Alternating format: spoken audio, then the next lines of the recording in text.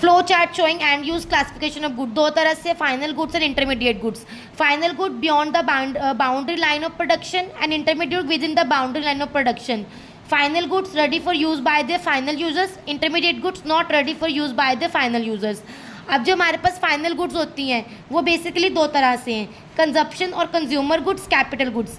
Consumption और consumer goods कौन सी होती हैं? जो बेसिकली हम अपने हाउस होल्ड में यूज़ करते हैं या स्टूडेंट्स यूज़ करते हैं, वो हो गए हमारे पास कंजप्शन और कंज्यूमर गुड्स. कैपिटल गुड्स कौन से जो हम लोग एज ए एसेट्स के तौर पे यूज़ करते हैं. फॉर एग्जांपल बड़ी बड़ी फैक्ट्रीज़ के अंदर हम लोग जो देखते हैं जिसकी मशीन्स वगैरह हैं, वो भी जो जिनसे वो लोग मशीन्स खरीद रहे हैं वो उनके लिए क्या है, फाइनल गुड है. वो चीज़ है, मतलब फाइनल प्रोडक्ट को यूज़ करने के लिए हमारे पास काम आ रही है. ठीक है.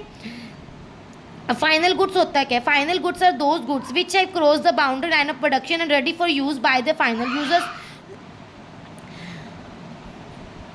Who are final users? अब फाइनल यूजर्स कौन होते हैं? कंज्यूमर्स होते हैं या प्रोड्यूसर्स होते हैं?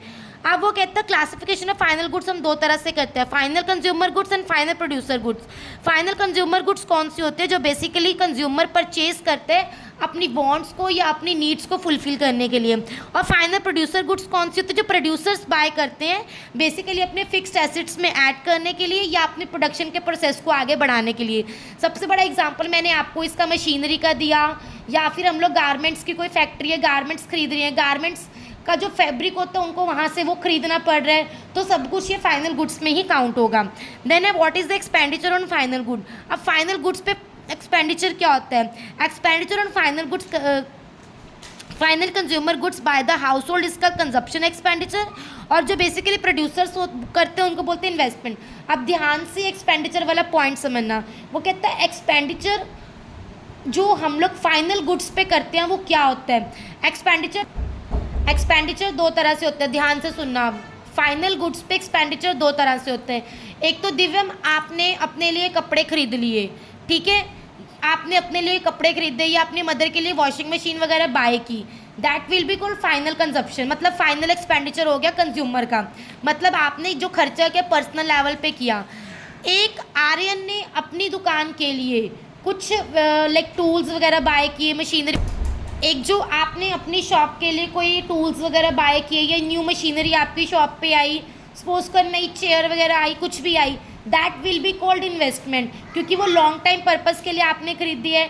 तो चेयर बेसिकली इसमें एग्जांपल नहीं आएगी, वो मशीनरी पार्ट्स आएंगे. जैसे कि आपकी शॉप पे आप लोग स्पेयर पार्ट्स वगैरह रिपेयर करते हो, फॉर एग्जांपल मैं जस्ट ले रही हूँ, या मशीन के ऊपर कोई भी चीज़ आपकी प्रोसेस में जाती है, तो वो मशीन क्या कहलाएगी? आपकी इन्वेस्टमेंट कहलाएगी. या आपने अपनी दुकान के साथ एक और दुकान बाय कर ली जस्ट बिकॉज कि आपने अपनी शॉप को एक्सपेंड करना है, तो वो भी क्या कहलाएगी? इन्वेस्टमेंट कहलाएगी.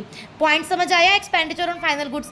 एक्सपेंडिचर ऑन फाइनल गुड्स दो तरह से होते हैं, एक होता है कंज्यूमर की तरफ से, एक होता है प्रोड्यूसर की तरफ से. अगर कंज्यूमर करता है उसको बोलते हैं एक्सपेंडिचर, मतलब खर्चा जो उसने पर्सनल लेवल पे किया. और वही अगर खर्चा प्रोड्यूसर करे अपनी इन्वेस्टमेंट मतलब अपनी इनकम को बढ़ाने के लिए, that will be called investment. Point समझ आया?